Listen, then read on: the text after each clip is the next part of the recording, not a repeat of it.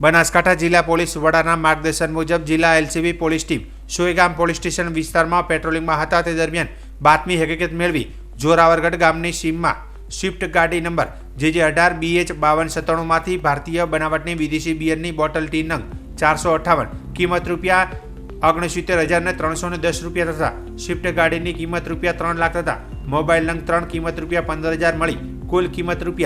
₹3,84,310 નો મુદ્દામાલ પોતાના કબજા ભગોટાની સ્વિફ્ટ ગાડીમાંથી વગર પાસ પરમિટે ડ્રાઈવર ચાલક પ્રવીણકુમાર બાબુલાલ બિશ્નોઈ રહે વેડિયા ચિતલવાસણા તથા પ્રવીણકુમાર સુખરામ બિશ્નોઈ રહે આરવા તાલુકો ચિતલવાસણા તથા કરશનકુમાર મુકનારામ દેવાસી રહે વેડિયા તાલુકો ચિતલવાસણા વાળાઓને એકબીજાના મેળા પીપણાથી રાજસ્થાન રાજ્યમાંથી દારૂ ગુજરાતમાં ઘુસાડવાનું કાવતરું રચી મળી આવેલ હોય પકડાઈ જઈ તથા માલ ભરી આપનાર તથા મંગાવનાર તમામના વિરુદ્ધમાં સુઈગામ પોલીસ સ્ટેશનમાં કાયદેસરની કાર્યવાહી હાથ ધરવામાં આવી હતી।